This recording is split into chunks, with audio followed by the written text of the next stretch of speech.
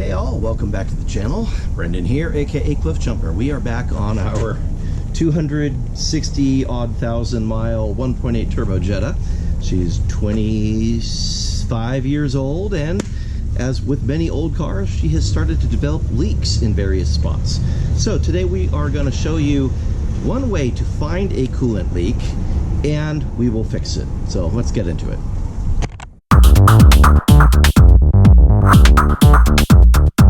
By the way, for those of you who've been tracking along with us and wondering why haven't I been posting as many videos as I normally do, for about 5 years straight I posted at least one video per week, sometimes more than that. And the last year has been a hard year for work and other reasons. Those of you who have been reaching out and asking, I really appreciate it. Thank you so much for checking in on me. It warms my heart, especially those of you that have been checking in to ask about my wife. Yes, she is still actively fighting leukemia. We're coming up on 6 years now that she's been fighting leukemia. It is not in remission. It is, however, under control with ongoing chemo. So we're very grateful for that. We're grateful for the medical provision, grateful for your prayers. Thank you so much to those of you who are praying for her healing and continued well-being. I really appreciate that. So thank you for that. All that to say, I've got tons and tons of footage filmed from over the last year that I've not had time to edit into videos. Hopefully moving forward I'll be able to edit it and get it out in a more timely manner. So with that said, let's get back to this. Now, let me show you what we're dealing with. My daughter's driving the 1.8 turbo along, under load up a hill in the mountains, and all of a sudden steam starts shooting out, and so she was alarmed. As it turns out, this little connection right in there, it's a little Y adapter connection, and it is leaking right in the middle of that. You can see where there's coolant reservoir residue all over the place. It's been spraying out, and it only happens when the car is under significant load, not under just regular driving circumstances. So it took us a while to track this down. Now, shame on me, because I do have one of these. This is a radiator testing, it's a pressure testing kit, and these are cheap. They're about 25 bucks on Amazon. They come with a variety of adapters so they can work with different cars. And how this works is you take the adapter for your coolant reservoir, screw it in, and then there's a pump that goes on top of that, which I will demonstrate in just a moment. You pressurize the system, and then you can look for leaks without the motor being completely hot, which is nice.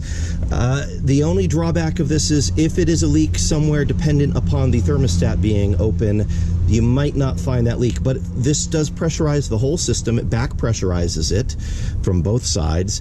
So theoretically, you should be able to find any leak. And we took it for a drive last night, and I saw the leak when we got back from our drive happening right there. Now, they do make aluminum replacements for this part, and I highly recommend getting the aluminum because it is never going to leak again. Your hoses may wear out and leak, but this won't. So we are going to be replacing the plastic part with a metal part, and we'll be good to go. This is also something you can find on Amazon really inexpensively as part of a whole kit. It also replaces some other connections. There's a plastic one down here that likes to break. I have not replaced that one yet, but I do have the metal version hanging out waiting. And there are some other ones around in here that like to break. So the aluminum coolant kit is definitely worth investing in.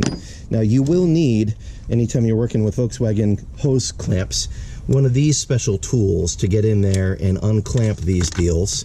They're really annoying, these factory hose clamp things, but if you've got the right tool, it makes it a lot easier. So these also are something that you can find. This is a nicer one. This is a Schwaben. I think it was, oh no, this is a Craftsman.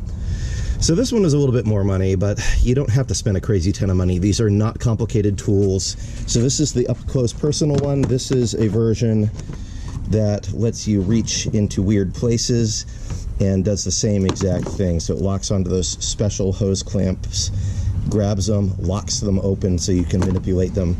Highly recommend getting these tools if you're going to be doing coolant work on any European car, because you will absolutely have to deal with those really annoying factory hose clamps. And frankly speaking, nothing really works as good as those hose clamps, so don't necessarily run out and replace those clamps with something else. Just get the right tool and you'll be fine. So here's the other part of that pressure test. It just locks on. You've got a gauge here, and you shouldn't have to pressurize it like a crazy amount. The system is supposed to hold 13 psi, so if you pump it up to 15 or anywhere in the neighborhood, you should be able to see any leaks that might be in the system. So we're at 15 psi right now, and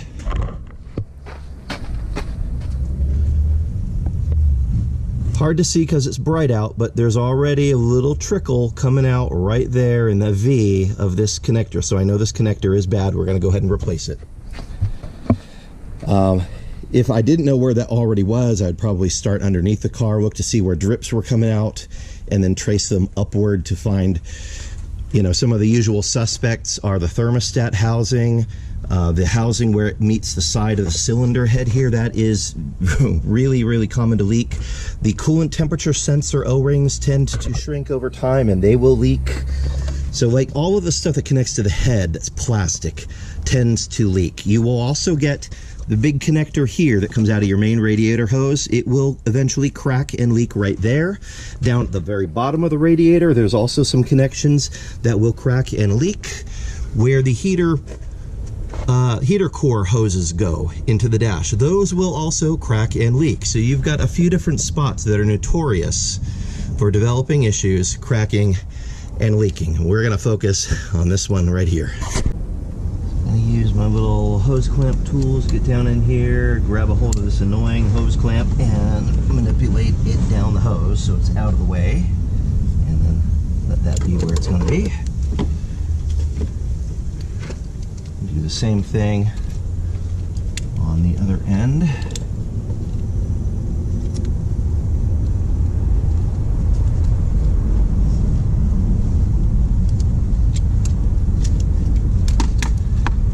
And then this other side, of course, is turned weirdly.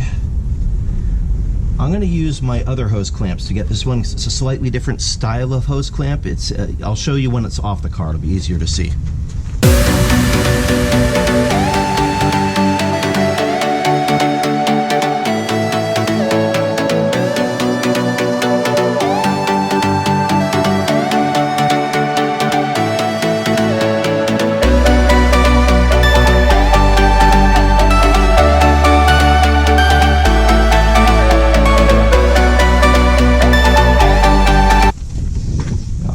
Careful because this is older plastic. It's already cracked in one spot. I don't want the nipple to crack off in the hose.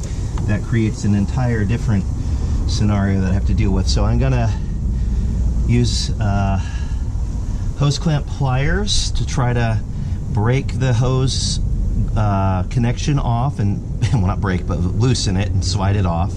You can also use WD-40. You can use some PB blaster, just lubricant to get down in there. You can use a pick to get underneath the edge and loosen it. So just take your time with that, loosen it. I'm going to grab a pick and some lubricant, get these connections loose.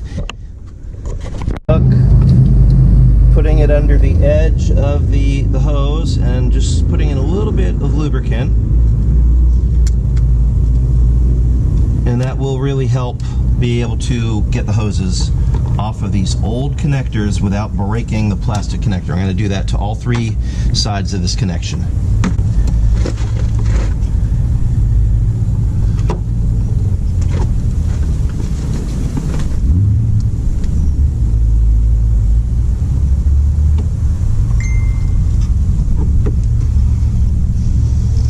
Okay, this is another inexpensive tool that will really help you out. These are hose clamp pliers. If you've not seen this before, they allow you to grab the hose itself and wiggle it off of whatever connection you are trying to wiggle it off of without ruining stuff. Gives you leverage, lets you twist the hose on the connection, which is also super helpful in some of these circumstances. So definitely recommend this. You will not mess up your hoses, and it will make life a lot easier. So I got hose connection 1 sliding off nicely.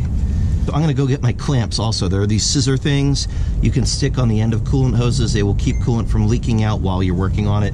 Nothing I can do about this side of it, it's just going to leak out. But the back side I can help with. These are the hose clamp scissors that I was telling you about. You squeeze these onto the hose clamp, onto the hose, and then you can slide this up in place and it'll keep the hose squished without breaking the hose, and that prevents coolant or liquids from going through them while you're working on it, and it prevents you from leaking stuff everywhere. So I'm just going to go ahead and stick one of these down here on one part of that hose, crump it down, and pull this up to lock it in place. There's one. And I'll do the other as well. Roughly the same spot. Just out of the way, and there we go. All right, cool. Now I can remove this hose without worrying about spilling more coolant than I need to. All right, so I just used the hose clamp pliers to pull this hose off. That's out of the way. There is a second hose that I am going to manipulate out of the way.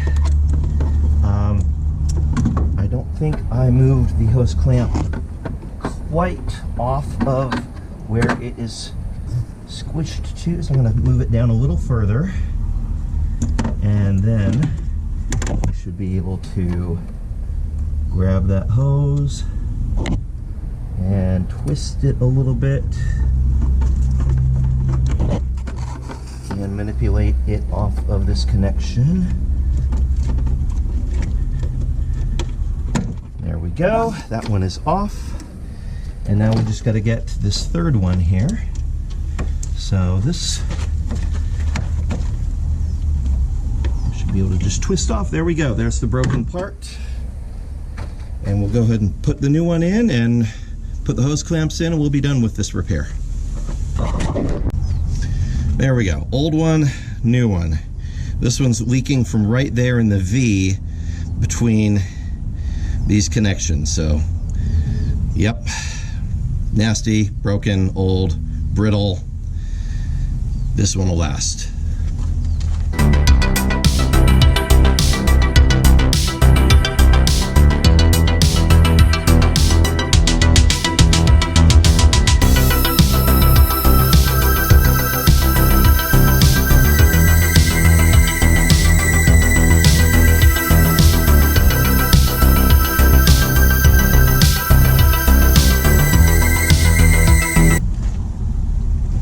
Voila! Alright, that is repaired and done. Cool deal.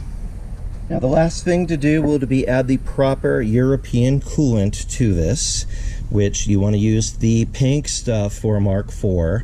And this is, I got the concentrate and I mixed it, so it's 50-50 mix with distilled water, and this is ready to go. So now we just need to top it off and we can call it a day. However, I do not like this ugly, nasty, yellowed coolant bubble, so before I add coolant, I've actually ordered a replacement, a factory Hello replacement, because why not? It was $7 more than the cheap aftermarket one. So I'm going to get that and replace this coolant bubble as well before I put new coolant in and top it off. But in terms of the leak repair, that is done and we are good. So I can remove these.